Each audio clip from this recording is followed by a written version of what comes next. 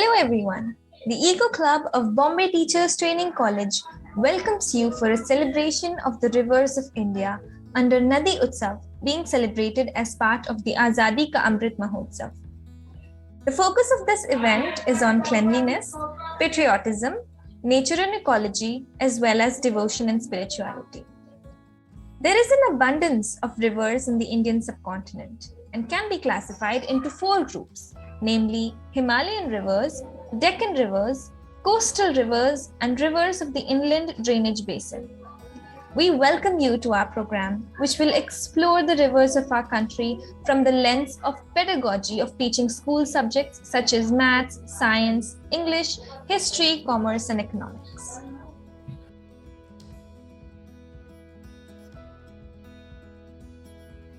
Hello, my name is Jaffin.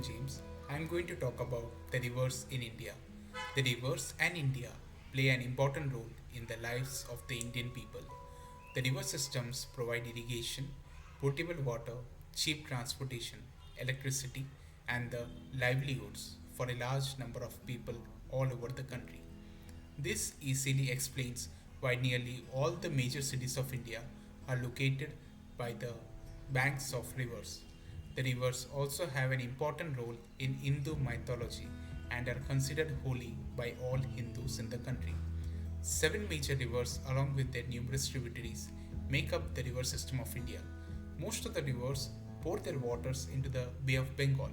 However, some of the rivers whose courses take them through the western part of the country and towards the east of the state of Himachal Pradesh empty into the Arabian Sea, parts of Ladakh, northern parts of Aravalli Range, and the arid parts of the Thar Desert. They all have inland drainage.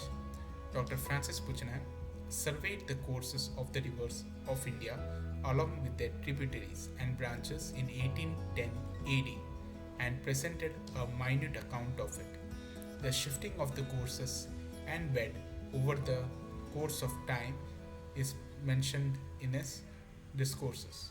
Many of the channels mentioned in the survey have now become dead, dried, or even extinct. All major rivers of India originate from one of the three main watersheds. There are two types of river in our country: Himalayan rivers, peninsular rivers. Talking about the peninsular river system, the peninsular India is drained by five major river systems: Mahanadi, Godavari, Krishna, Penner, and Kaveri.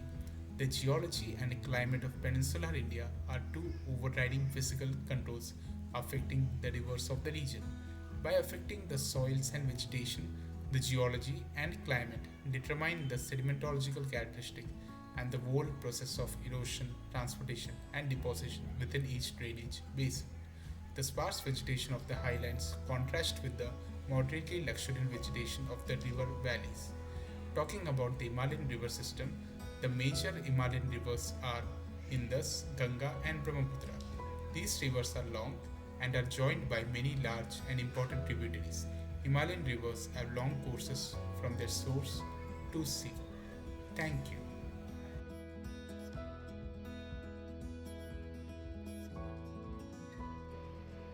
It's about rivers, or more precisely the bendiness of rivers.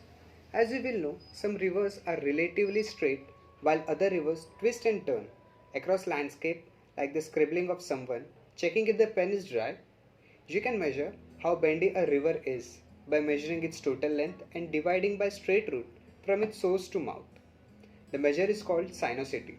So a totally straight river would have a sinuosity of 1, while every bendy river can have a very high sinuosity, with no limit to how high it can go. Yes, it is claimed the average sinuosity of rivers around the world is pi. This is an incredible fact indeed, and if true, means that if rivers are typically a little over 3 times longer than the direct route from source to mouth, of course some rivers are straighter and some rivers are longer, but the average sinuosity is around 3.14. The result was first published in Science dated 22 March 1996 in a paper titled River Meandering as a Self-Organization Process.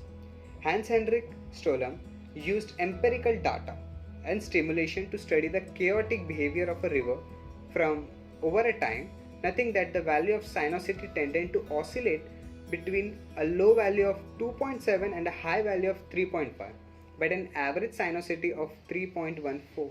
Stollem justified this result used fractal geometry. This is the idea that if the bend of a river can be approximated by arcs of circle and the little wiggles of a river by arc of smaller circle, then the sinuosity of the river can be calculated to be pi. Thank you.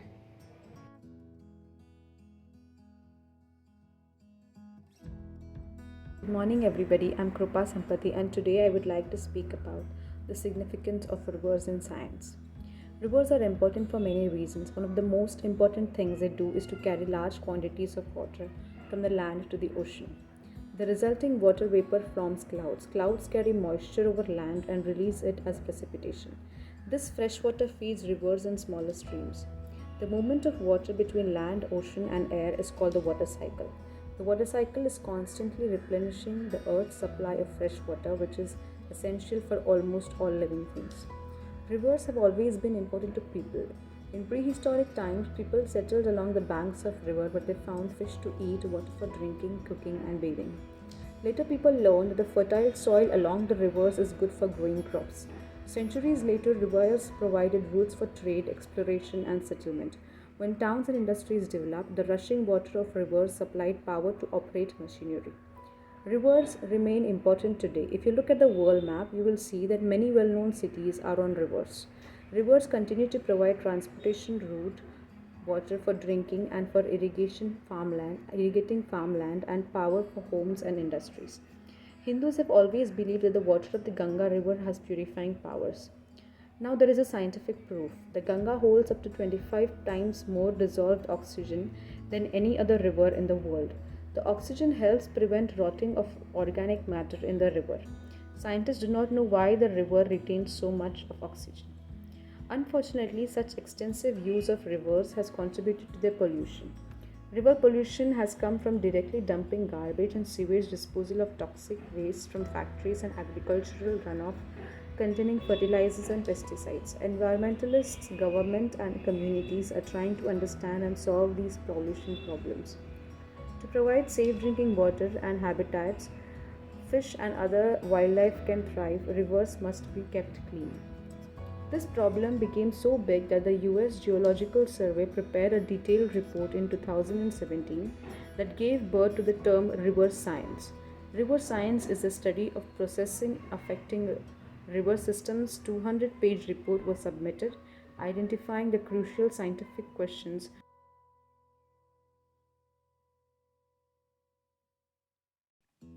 There is a dynamic relationship between rivers and humans through historical, cultural, political, and social aspects in national and international settings, and hence the importance of rivers in India and all over the world cannot be underestimated.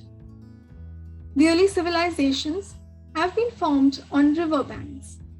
Notable ones are Indus Valley Civilization on Indus, ancient Egyptian civilization on the bank of River Nile, Mesopotamian on Tigris and Euphrates, and lastly, ancient Chinese civilization on the Yellow River. Here civilizations had flourished with ready supply of drinking water, and the rivers made land fertile for growing crops.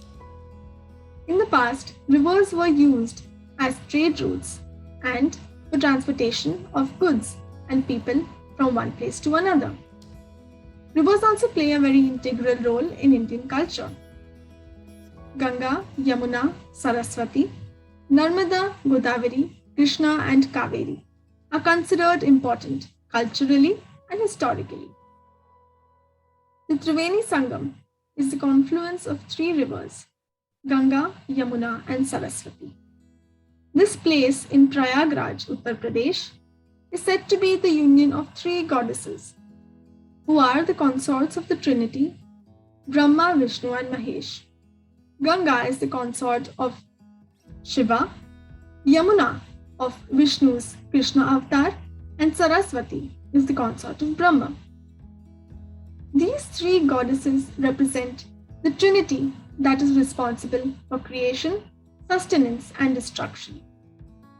Moreover, Ganga symbolizes dispassion, Yamuna represents devotion, while Saraswati symbolizes knowledge. All these are also traits of the Trinity. Therefore, by taking a dip at the Sangam, one can seek the blessings of the three goddesses and the Trinity. Furthermore, Ganga is central to India's religious and cultural traditions. Many Hindus believe that bathing in the river Ganga would free them of all their sins. Rivers of India are not just historically and culturally significant, but also politically important. The word Punjab translates to Panj, which means five, and Ab, which means water. Thus, it means the land of five waters, which refers to the rivers Jhelum, Chenab, Ravi, Satluj, and Beas.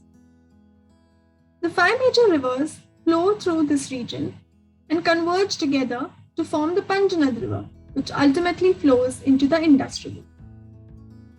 These rivers are the most important geographical feature of this area and have given the name Punjab. Post-partition, to share the waters of these rivers between the two countries, a treaty called Indus Water Treaty was signed by India and Pakistan in 1960 in Karachi. According to this treaty, the water of three eastern rivers, namely Satluj, Beas, and Ravi, are allocated to India, and the water of three western rivers, Chenab, Jhelum, and Indus, are assigned to Pakistan. As much as rivers could be a ground of bringing people together, it could also be a ground of agony and conflict due to various reasons, one of them being right to access to water resources.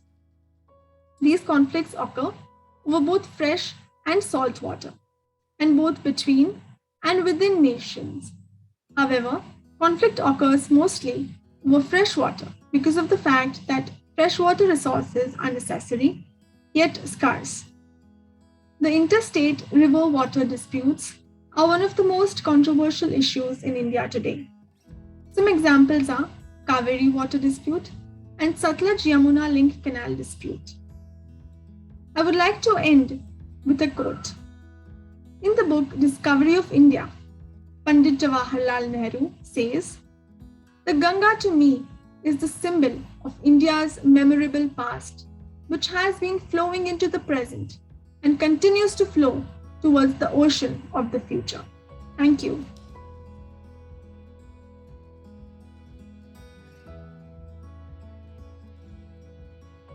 Hello, my name is Janet James. I am the English Pedagogy student from Bombay Teachers Training College, and today I will be talking about rivers in literary context. The river is typically used to symbolize the power of nature. A river is also often used as a symbol of fertility as it fills the soil surrounding it with moisture. The river is also used as a symbol of passage of time. Rivers have been the font of many things since the beginning of mankind, a source of enchantment, excitement, and adventure. The symbolism of the river in literature is centered around its nature as a moving body of water. Moving water is able to find its way through nearly any kind of physical impediment until it merges with the ocean. A river's movement has also led it being used as a symbol of life. In literature, as in life, cities and towns often spring on the river banks, seemingly brought to life by the river's movement. The source of the river, typically small mountain streams, depicts the beginning of life, and its meeting with the ocean symbolizes the end of life. Perhaps one of the most common ways that rivers have been captured our mind in literature is through poems. In many captivating narratives, the river is not just a physical place, but instead a much larger symbol of something more. As the poem goes, "I am a river, clear as crystal every morning. Sometimes I am tender and kind. I slide smoothly through fertile valleys. I let the cattle and the gentle people drink as much as they want. Children run to me by day. At night, trembling lovers stare into my eyes and plunge themselves into a stark darkness of my ghostly water."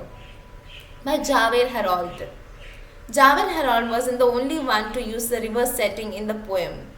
Rivers have been used in many forms of literature, art, and films as the powerful aspect of life. The river itself is the path, which leads itself quite to be a powerful illustration of a journey a hero must take. As the river flows along, so does our lives. A river can not only symbolize a path that one must take, but can also highlight the descent into or out of something. Rivers will no doubt continue to be a manufactured element that provides creativity and stimulation. They are a powerful component of nature that quite simply evokes the meaning for us. The ride along the river is a journey that will be an interesting one. Thank you.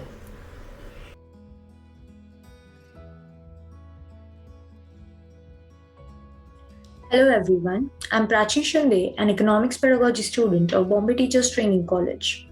As a part of Azadi Ka Amrit Mahotsav, an initiative of the Government of India to celebrate and commemorate 75 years of progressive India and the glorious history of its people, culture and achievement, the students of Bombay Teachers Training College are privileged to be celebrating the rivers of India under this occasion. Rivers have had both a cultural and economic significance in the life of man since time immemorial.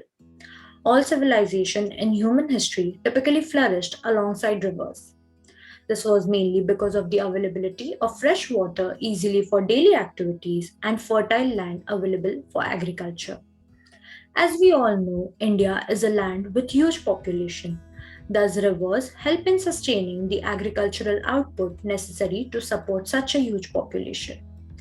Rivers serve as a mode of transport for carrying both people and goods. During the ancient times, rivers were highly used for trade purposes. Rivers also drive the tourism industry in India.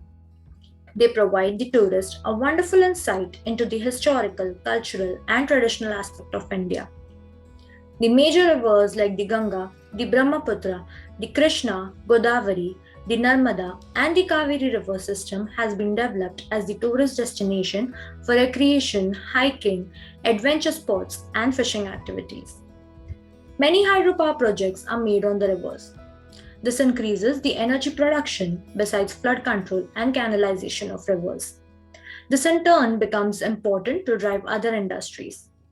To sum up, we can say that our Indian rivers have great economic significance and play a vital part of living. Rivers are the bloodstream of a land which gives life to a nation. As people say, everything should be kept in balance, else they may create havoc in life. Similar is the case with our rivers. A drop of water is worth more than a sack of gold to a thirsty man. So, let's come together and be a part of Azadi Ka Amrit Mahotsav and celebrate our Indian rivers by keeping them clean and letting them flow steadily. Thank you. Thank you, everyone. Your words did amplify our knowledge about the rivers of India from the perspective of pedagogy of school subject. On the occasion of Nadi Utsav, the Eco Club of Bombay Teachers Training College also organized a quiz competition. We received about 38 responses. The average score scored was 6.53 out of 10.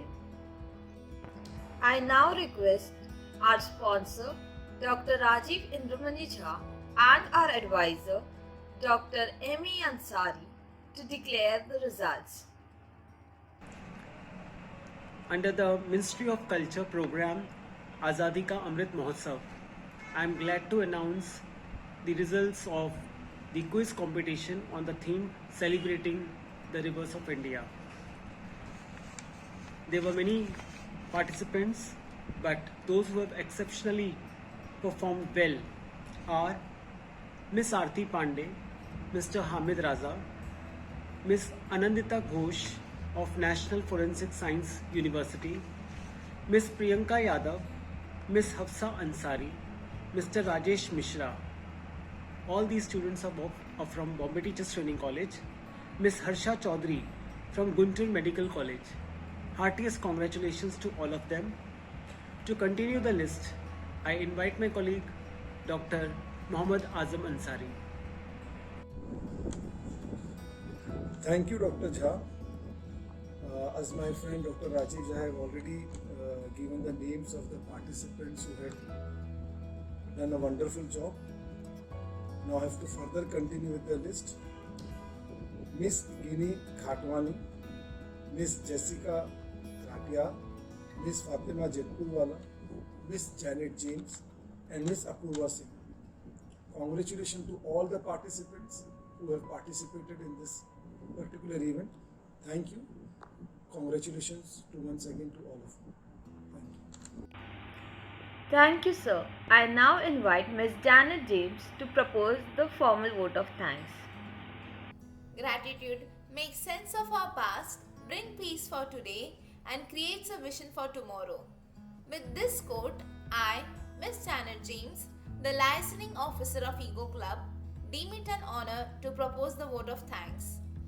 I would like to thank our principal of Bombay Teachers Training College, Dr. Bhagwan Balani, and Vice Principal, Dr. Mandip Kocher, for always looking out for us and encouraging to come up with new events. My sincere gratitude to Dr. Rajiv Jha and Dr. Ansari for guiding us throughout. Our outstanding faculty at Bombay Teachers Training College, thank you for your continued support and encouragement.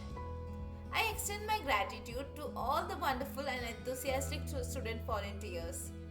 I thank Ms. Aarti Pandey and other Ego Club executive members for their availability and their endless support. Thank you.